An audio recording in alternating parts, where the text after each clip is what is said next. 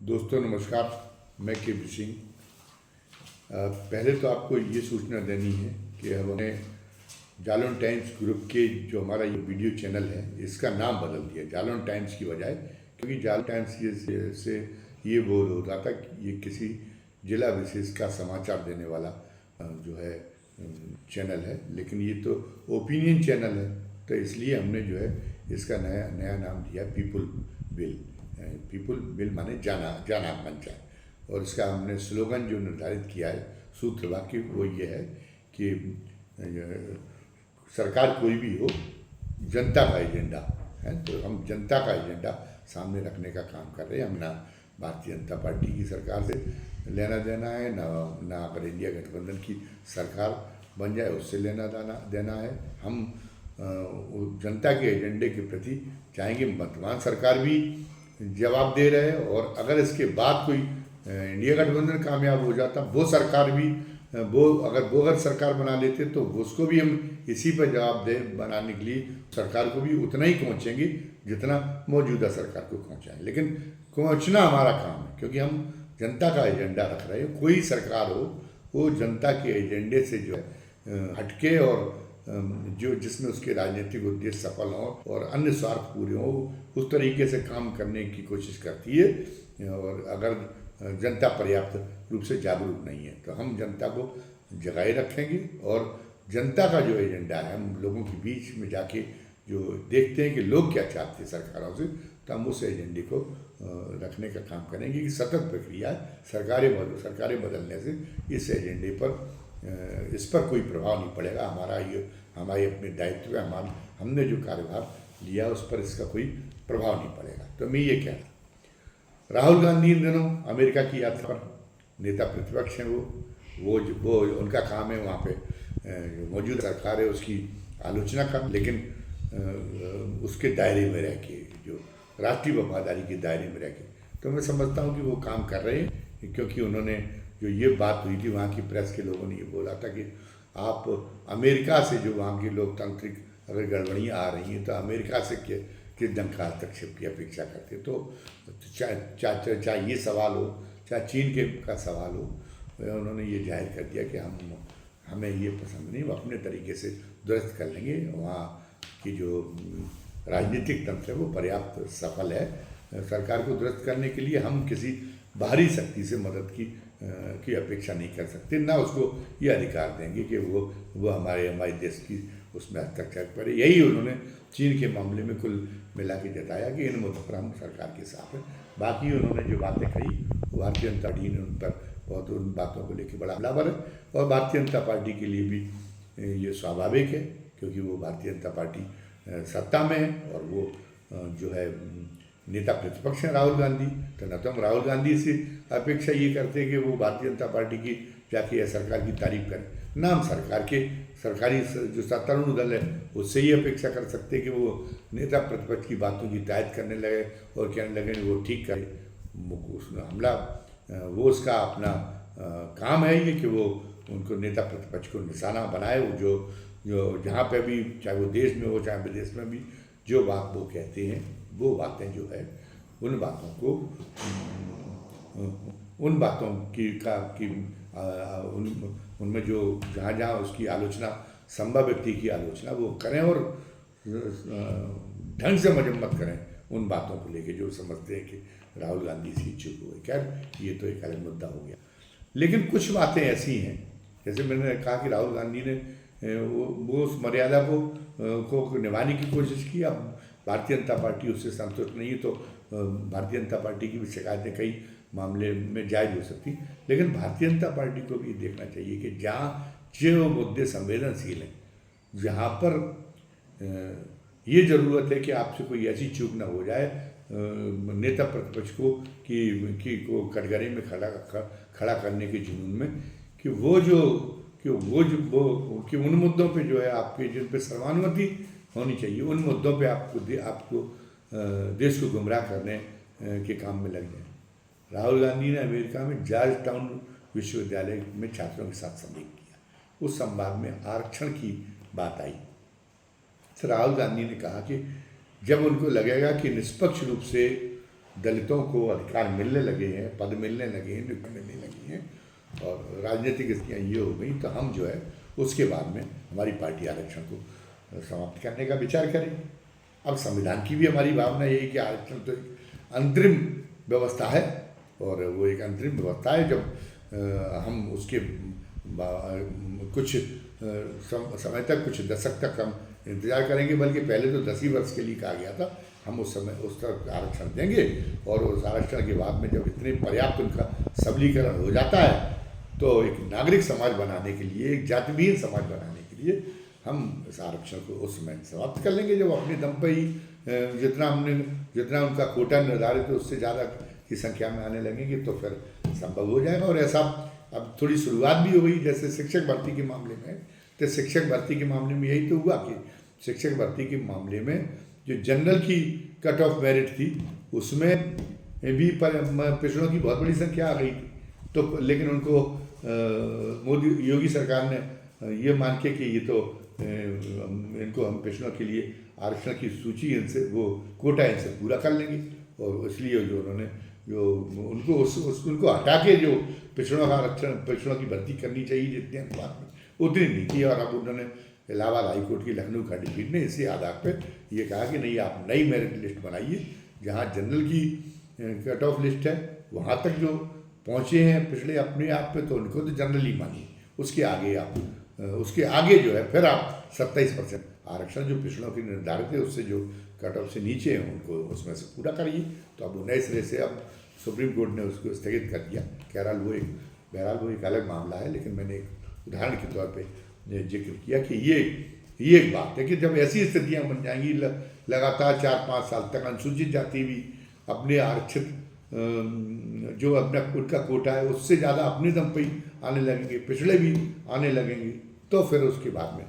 आरक्षण को समाप्त करने की जरूरत पड़ जाएगी। आरक्षण को 10 वर्ष के बाद में इसीलिए बढ़ाया गया कि कांग्रेस की सरकार ने बदमाशी ये की कि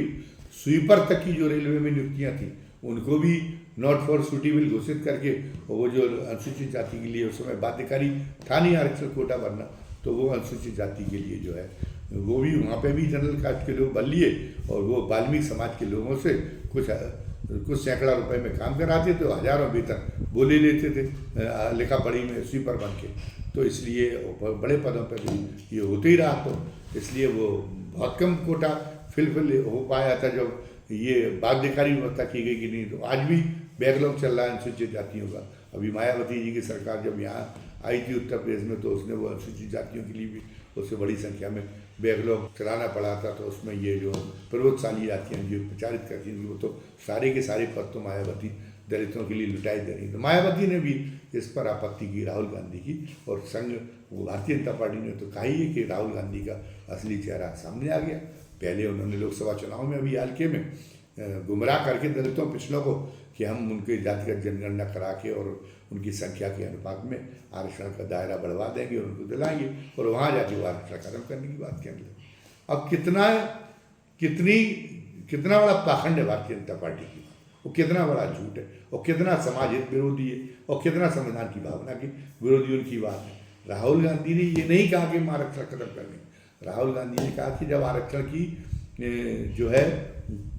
जब आरक्षण की जरूरत ही महसूस नहीं रह जाएगी, अपने दम पे जो है वो पर्याप्त संख्या में पहुंचने लगेंगे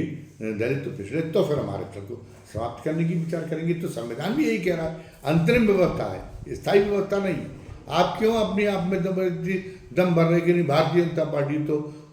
दम तक आरक्षण खत्म नहीं होने देगी। ये आप राष्ट्र विरोधी और समाज हित के विरोध में ये बात कह, इससे कभी नागरिक समाज का निर्माण हो पाएगा क्या? और मायावती की तो कहा क्या जाए, वो तो जबरदस्ती दलितों की ठेकेदारी बनती है, उनकी एक भूमिका थी वहाँ तक दलितों के उत्थान में, दलितों के सबलीकरण में उनका योगदान रहा, लेकिन उसके बाद में उनकी समझ स्पष्ट न होने की वजह से उन्होंने तो वो हमने कहा कि 100 चूहे खाए बिल्ली हज को चली। वो लिखा हुआ ये है कि अनुसूचित जाति और जनजाति के आरक्षण में वो 21% से किसी कल्याणकारी योजना में कम का हिस्सा ना हो, पिछड़ों का 27% से कम का हिस्सा ना हो। लेकिन अगर वो जनरल में आ रही, जैसा शिक्षक भर्ती में उन्होंने कहा है कि वो जनरल में भी अगर उनकी पात्रता आ रही तो फिर उससे ऊपर भी दे दें। उन्होंने तो मान्यवर काशीराम शहरी विकास योजना चलाई और मान्यवर काशीराम शहरी विकास योजना में उन्होंने सीमा तय कर ली कि नहीं केवल 21% अनुसूचित जाति जनजाति को और जो है 27% पिछड़ों को और बाकी सब सवर्णों को। ये तो जनरल कास्ट का आरक्षण हो गया। भावना ये थी कि अगर अनुसूचित जाति जनजाति के लोगों को 21% के बाद में भी सबसे ज़्यादा गरीबों में उन्हीं की संख्या बढ़ती तो 80% भी देना पड़े तो मतलब वो उनका पिछड़ों का माइनस करके तो उनको दीजिए। अगर मान लीजिए सवर्ण उनकी तुलना में सामान्य से सामान्य सवर्ण ज़्यादा है दलितों की तुलना में, तो फिर आप गरीबी के आधार पे अगर उनका हक बनता है तो उनकी संख्या चाहे जितनी हो जाए, लेकिन आपने तो संख्या उनकी निर्धारित कर दी। आपने तो अपनी नासमझी में ये काम किया कि आपने पता चला कि उस समय पे जो थानेदारों की नियुक्तियां थी तो थानेदारों की आपने नियुक्तियां की कि 18% 21% अनुसूचित जाति और जनजाति को और 27% आरक्षण बाकी सब जनरल कास्ट को। ये नहीं था, 27% से कम नहीं बनाने थे पिछड़ों में। वो भावना ये थी, संविधान की भावना ये कि 27% से कम नहीं होनी चाहिए, लेकिन 27% से अगर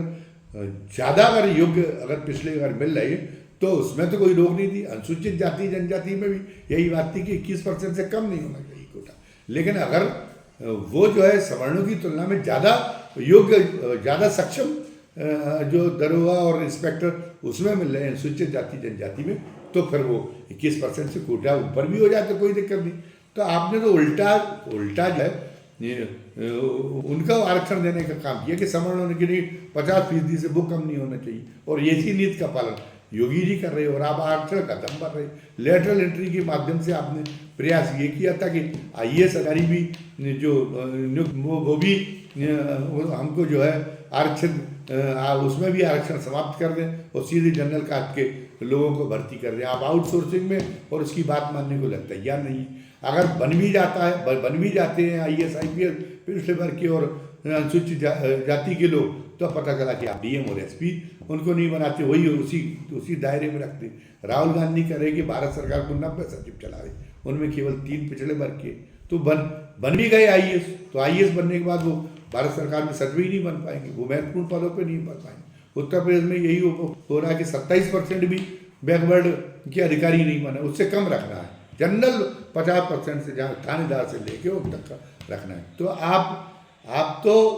उस भावना का मजा कर रहे हैं, आप तो आरक्षण उल्टा सवर्णों को दे रहे हैं, आप आरक्षण उनको थोड़ी दे रहे हैं अनुसूचित जाति को, और आप आरक्षण की बात कर रहे हैं। लेकिन एक बात बहुत स्पष्ट हो जाना चाहिए कि संविधान की भावना भी है, संविधान की व्यवस्था भी है। बाबा साहब अम्बेडकर का जिन्होंने जो संविधान की रचना की थी उनका भी स्पष्ट रूप से कहना था कि ये अंतरिम व्यवस्था है, ये स्थायी व्यवस्था नहीं कि ये कभी खत्म नहीं होगी। हम तो ये चाहते हैं कि इस अंतरिम व्यवस्था के माध्यम से सबका लेवल एक जैसा हो जाए और फिर लोग वर्गीय आधार पर शादियाँ करने लगे। IAS के साथ चाहे लड़की में से कोई सवर्ण हो और चाहे जिससे वो शादी कर रहा वो लड़का या लड़की में से चाहे वो कोई दलित हो, तो उनके अंदर तो ये हो कि IAS चुनना है, डॉक्टर को डॉक्टर चुनना है, IPS को IPS चुनना है, तो फिर जातिगत अस्मिता का कोई महत्व ही नहीं रह जाएगा, तो जाति व्यवस्था अपने आप समाप्त हो जाएगी। एक नागरिक चेतना के निर्माण का तो उसका उद्देश्य स्पष्ट है कि हम इसलिए क्योंकि अभी आप साक्षात्कार में बेईमानी करते हैं, अभी आप तमाम सारी चीज़ों में इसलिए आरक्षण देना पड़ा था बाकी, लेकिन जब वो उनका पर्याप्त सबलीकरण हो जाएगा और उनको भी उतनी बेहतर तालीम ज़्यादातर दलित बच्चों को भी मिलने लगेगी, पिछले वर्ग के बच्चों की जितनी सवर्ण बच्चों को मिलती है और तालीम पे वो अपनी दम पर जब अपनी जो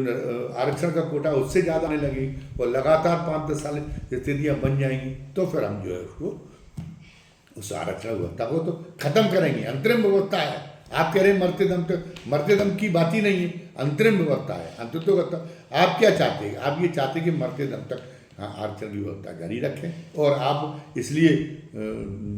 वो ये बोध बना रहे हैं उनके अंदर कि हम पिछड़े और दलित इसलिए थे क्योंकि सवर्णों ने हमारे साथ अन्याय किया था, तो हम अब इनका अन्याय का बदला जो है हम सवर्णों की नई पीढ़ियों से लें और उस इतिहास का बदला, और हम जो है जनरल की भर्तियों में भी पूरे आ जाएं, फिर उसके आरक्षण में हो जाए और हम उसी तरीके से उनको पदों से और लाभों से वंचित करते हैं। अब इतिहास का बदला लेने का मौका नहीं है। बाबा साहब अम्बेडकर ने भी इन चीज़ों से ऊपर उठने की बात कही थी। आप तो जो है इस तरीके की बात करके मरते दम तक मतलब वो जो है जो आरक्षण की व्यवस्था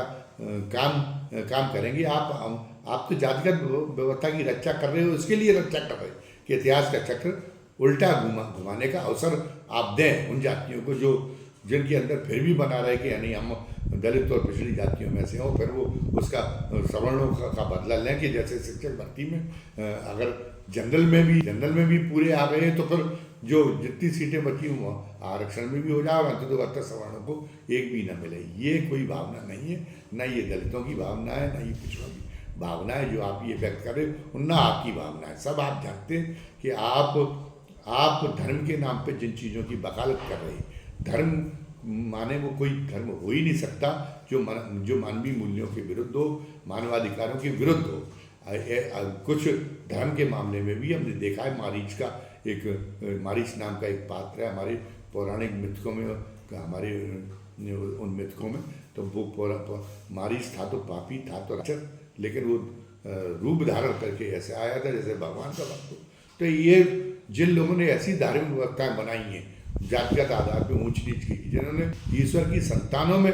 विभेद करने का काम किया, वो एक्चुअली वो लोग जो है